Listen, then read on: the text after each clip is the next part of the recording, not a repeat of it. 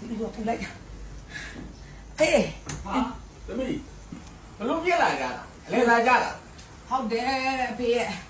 ဖေးဇာတိကူကလည်းပူလိုက်တာအားပဲ တားပဲပူတာတော့ပြောနေသမီး အဖေလည်းခရုဆိုင်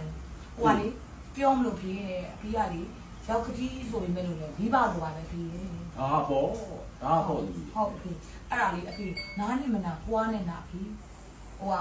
အဖေသားဟိုလေဟိုခဏပြန်အပ်ခဲ့စီပြန်အပ်ခဲ့စီဟေးအဖေတော့ခဏပြန်ရခဲ့ကြည့် ဟုတ်တယ်ခ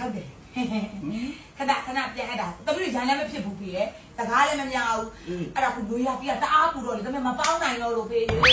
မိုးရင်းကြတော့ပြန်ခေါ်မယ်ဖေးဒီလားအဖေသားအဲ့ဒါဟိုအဖေတို့ချီမှာခဏထားခဲ့မလို့စကားကောင်းဖြစ်ပါလေ ယောက်ျားနေခဲ့ဦးငါစာလေးပါလေးနဲ့ပို့ယောက်ျားလေး